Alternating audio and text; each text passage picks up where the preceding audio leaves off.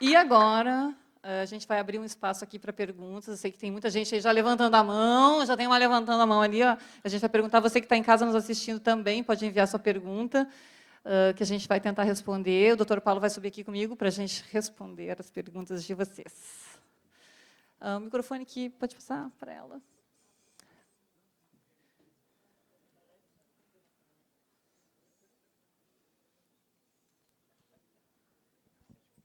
Isso, deixa aqui, gente. Quem quiser perguntar, só pode começar. Bom dia. Eu sou uma pessoa muito estressada, que eu tenho úlcera que acabou estourando. Aí eu também tenho uma fibromialgia, que eles falaram que é uma doença emocional. É correto? Sim, é correto. Cada um de nós vai ter uma genética que vai permitir ter algumas doenças e impedir desenvolver outras, né? Então, nossas questões emocionais, elas vão nos proporcionar várias doenças, e cada um vai ter aquelas que a sua genética permite ter. Tá?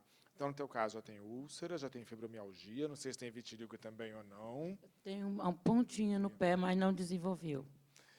Então, você vai ter uma genética que permite ter algumas coisas, e esse é o teu organismo gritando para você, pelo amor de Deus, sossega.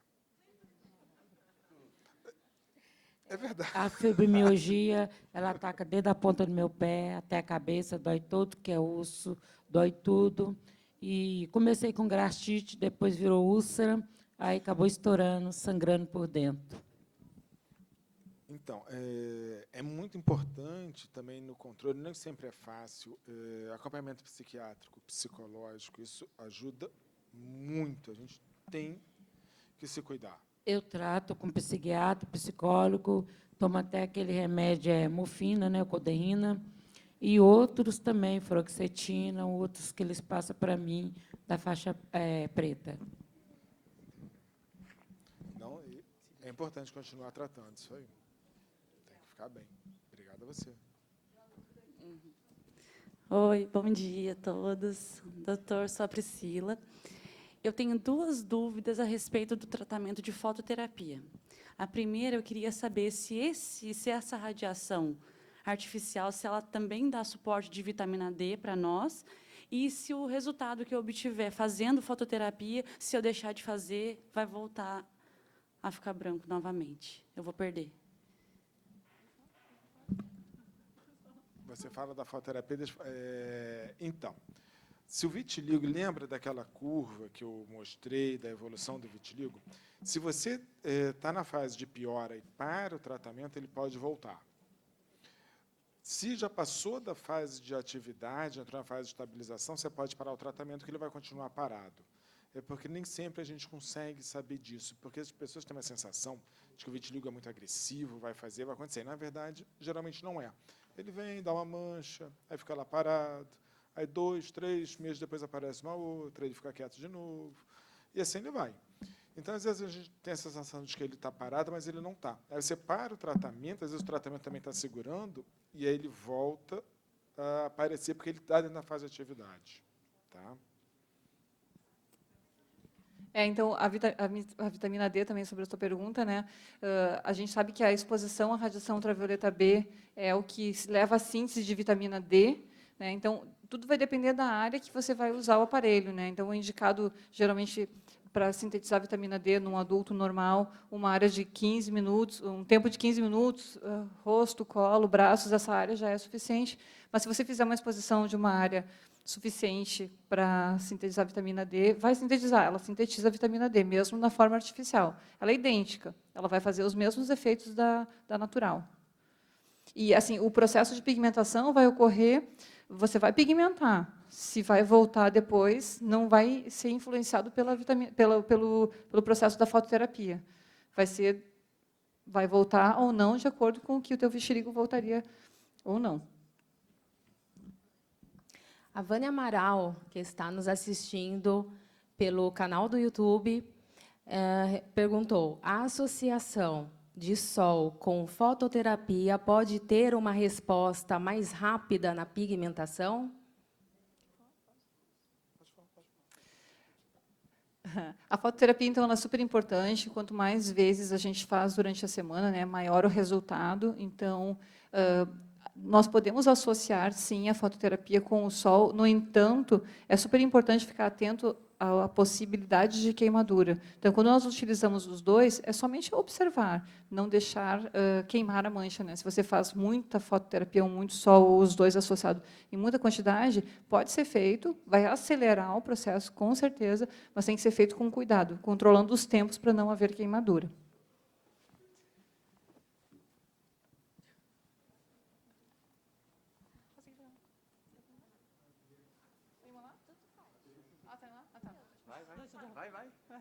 Bom dia.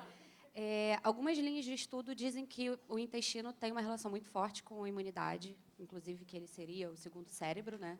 Eu queria saber se para o vitiligo tem algum tratamento ou tem alguma linha que, né, relacione ou que a gente possa tratar. Já fui em alguns outros médicos antes de encontrar vocês, claro, agora, né, sou só de vocês. Mas que relacionavam, né, e questão de alimentação e tudo mais. O doutor Paulo falou que a gente pode comer tudo, mas tem alguma relação do intestino com o vitiligo, com a imunidade, enfim? Então, o intestino ele tem mais neurônios do que o cérebro. Isso explica algumas pessoas nesse mundo.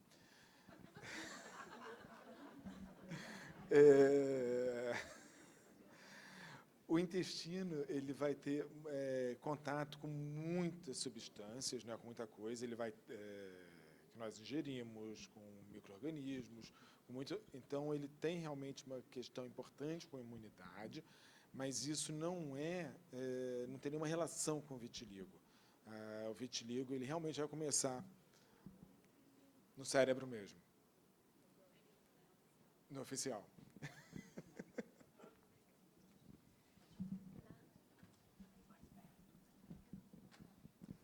Oi. Bom, eu tenho uma dúvida que muitas pessoas me perguntam também. Na questão hereditária, inclusive a gente tem uma mãe ou uma filha aqui, que eu achei muito interessante, porque, como vocês falam, a doença é autoimune, mas também tem a questão genética. Eu nunca sei responder ao certo.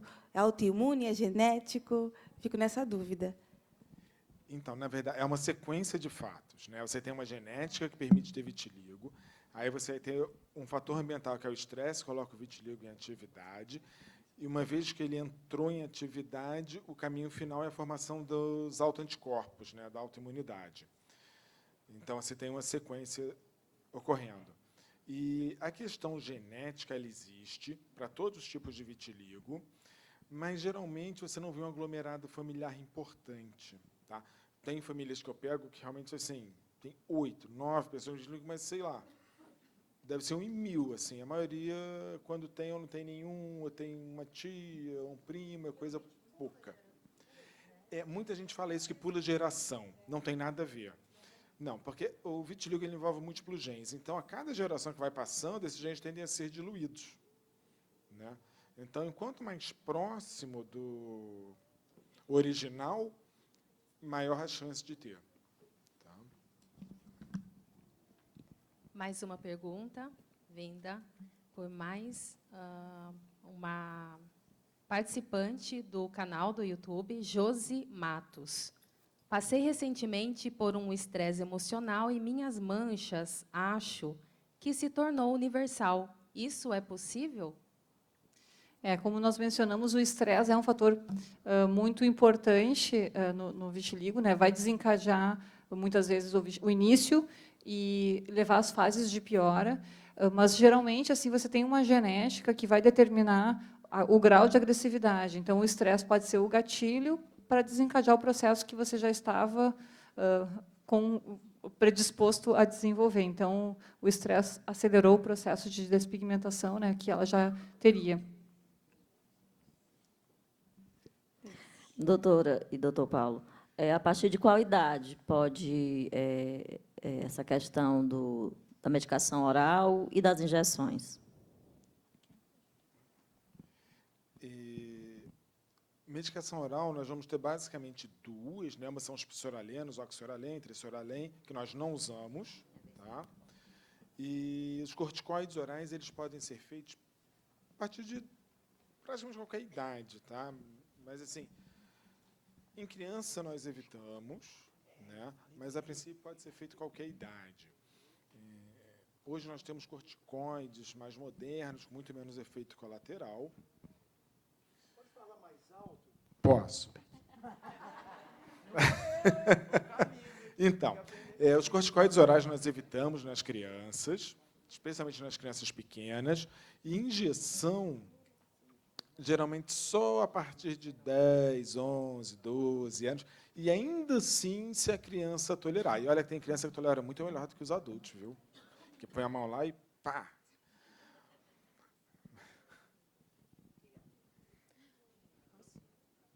Olá, eu sou Carol, sou de Manaus. Prazer estar aqui com todo mundo.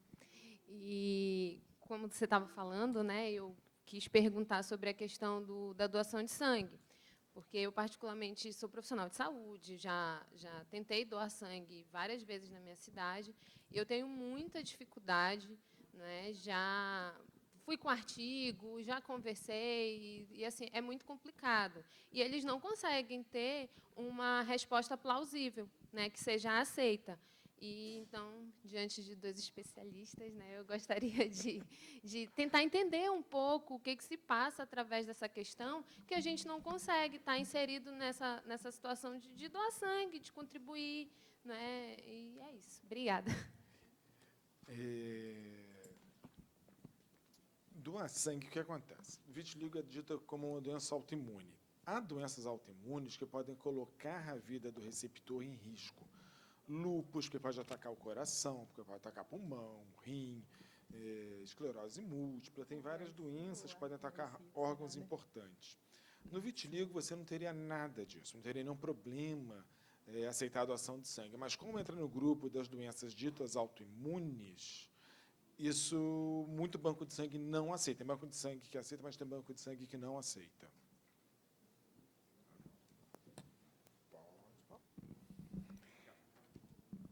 Garcia, que está nos assistindo pelo YouTube, também fez uma pergunta. Pelos brancos podem repigmentar de alguma forma ou é impossível?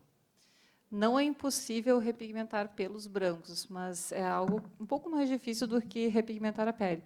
Vai depender muito também da quantidade de pelos brancos que há na área, mas não é impossível, nada é impossível.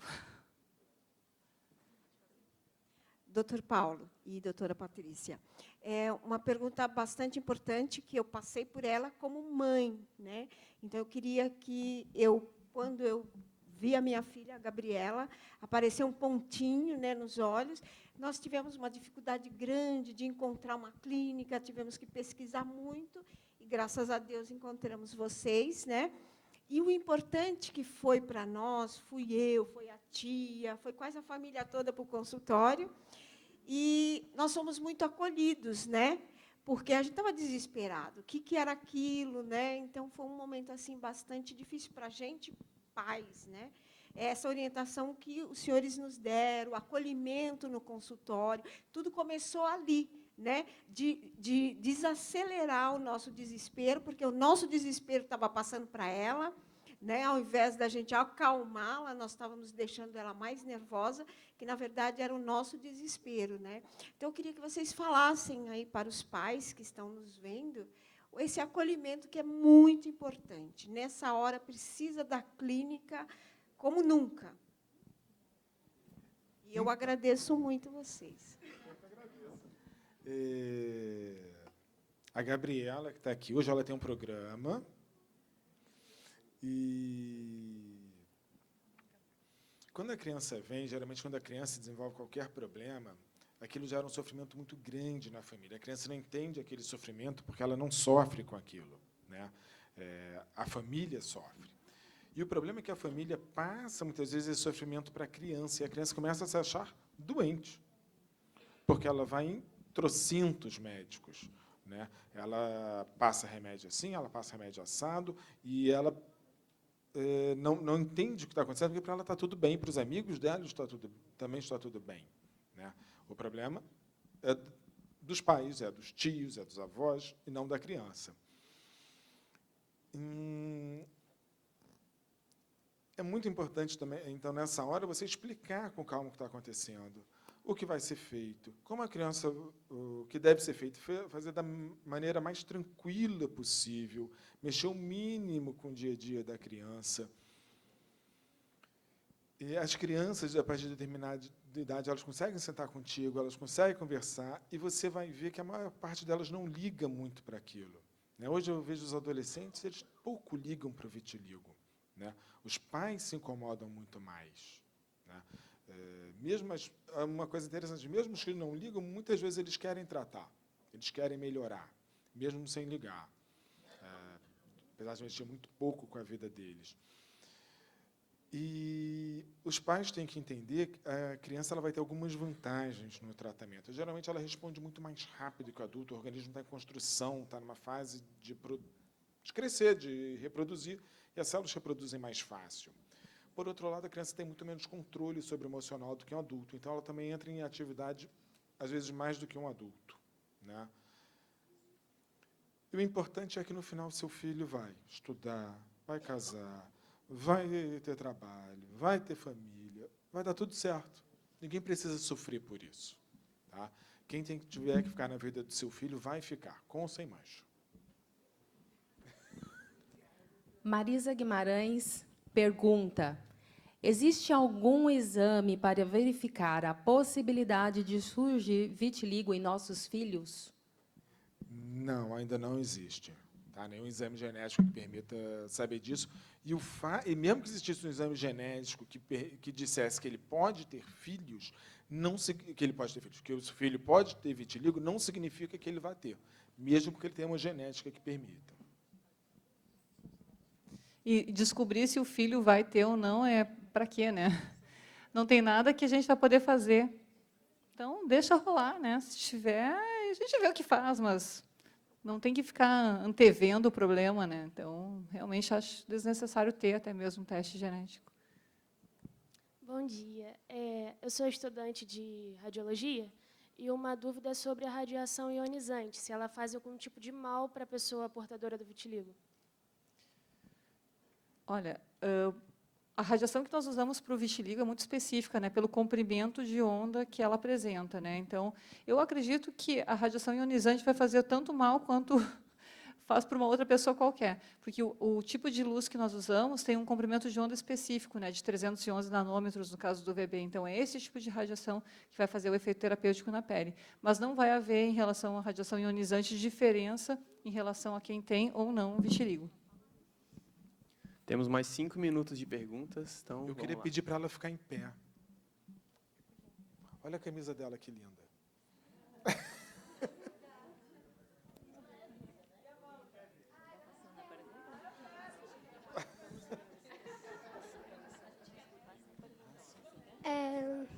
Meu nome é Paulo.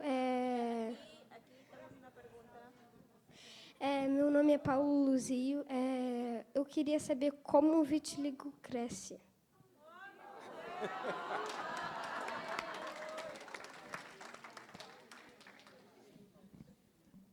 O vitiligo, pode falar. Então, Paulo Luzio, nosso filho. Filhinho, o que acontece? Que nós temos uma célula chamada melanócito na nossa pele. Essa célula melanócito, ela produz a cor da nossa pele. Então, o vitiligo ele cresce porque essa célula melanócito ela é destruída.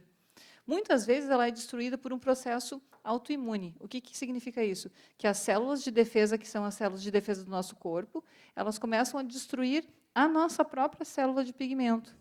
E aí, quando a célula de pigmento morre, o que acontece? Fica clarinho. E aí a mancha vai crescendo. Se esse processo vai sendo mantido, se essa destruição for mantida, vai crescendo, crescendo, crescendo. E aí, às vezes, em algum momento, ele para de crescer.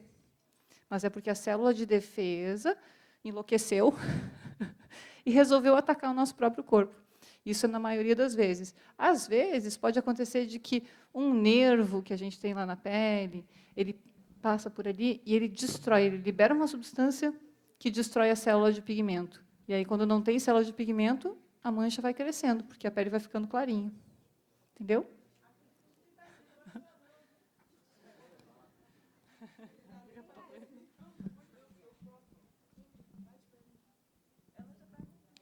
É uma grande dúvida que eu tenho a respeito dessa célula, né? Que você falou.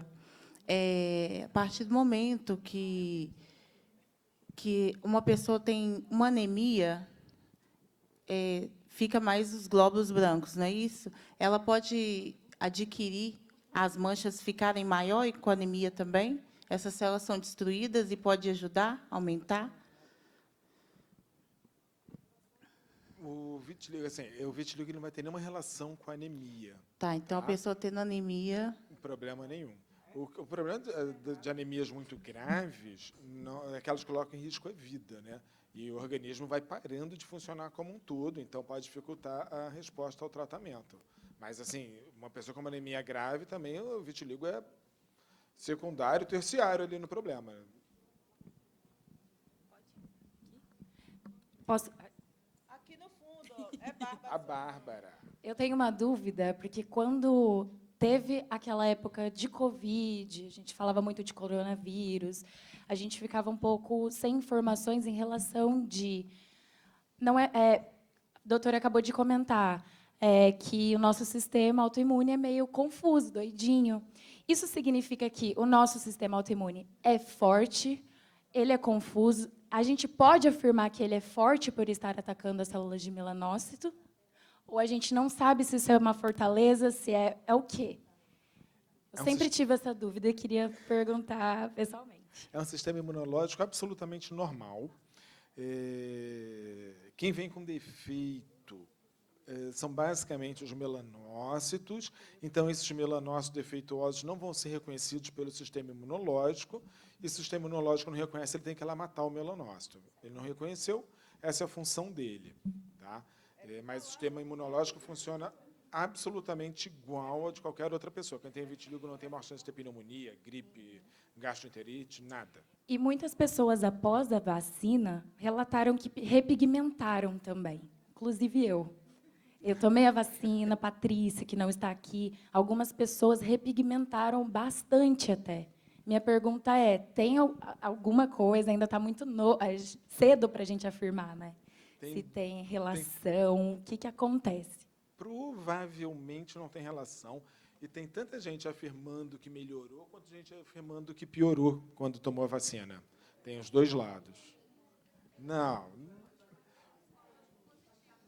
Pode ser também um efeito psicológico positivo. Essa questão da imunidade, então, é interessante, né? Porque sempre surge essa dúvida aí se mas tem maior imunidade, menor imunidade, como é que é esse processo, né? Então, imagina assim, a imunidade é normal. A reação no vitiligo é contra especificamente o melanócito. Então, só esse processo, como se fosse assim, uma bactéria. Então, vem o sistema de defesa especificamente para aquela bactéria. Não desorganiza o organismo, né? Não desorganiza o organismo de uma maneira global. Assim, é específica, uma alteração específica contra o melanócito. Uma última pergunta aí.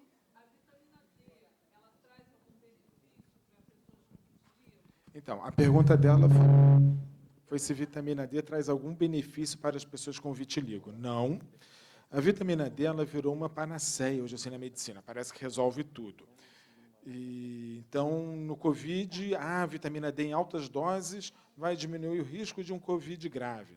Aí publicaram isso, vendeu-se vitamina D. Aí depois vários trabalhos mostrando que não. Essa questão da vitamina D ela começou em São Paulo com um médico, bom, não vou citar o nome de ninguém, e ele começou a usar a vitamina D para tratar todas as doenças ditas autoimunes. Tá? Infelizmente, ele é de uma universidade, então isso dá peso nas coisas que ele fala, mas não tem nada a ver vitamina D com vitiligo. Já peguei trocentos pacientes que foram nele. Quando isso começou, fiz em algumas pessoas vitamina D em altíssimas doses, eu não vi nada acontecer. Tá?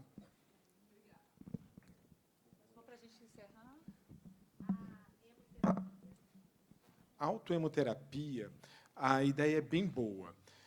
Você vai ter no corpo anticorpos circulando contra as células de pigmento, contra o melanócito. Então, o que você faz? Você tira o sangue da pessoa, centrifuga esse sangue. Vão formar duas camadas ali depois da centrifugação. A camada de baixo, onde vão ficar os glóbulos vermelhos, então, a parte vermelha, em cima vai ficar o soro. Tá? E no soro vão ficar os anticorpos, que ali vai ter anticorpo contra o melanócito. Você aspira esse soro e injeta intramuscular.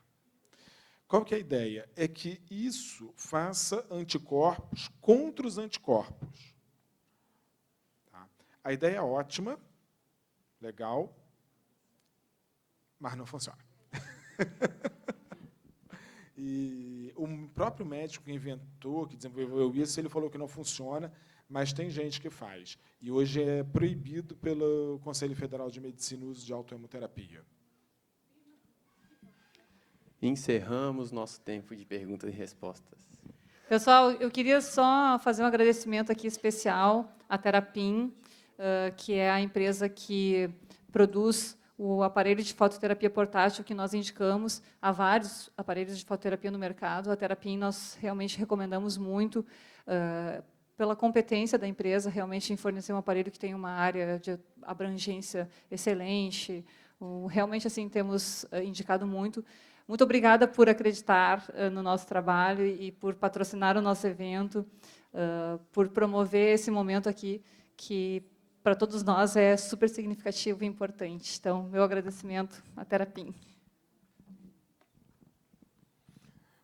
Meu agradecimento também, Mário. E eu queria agradecer.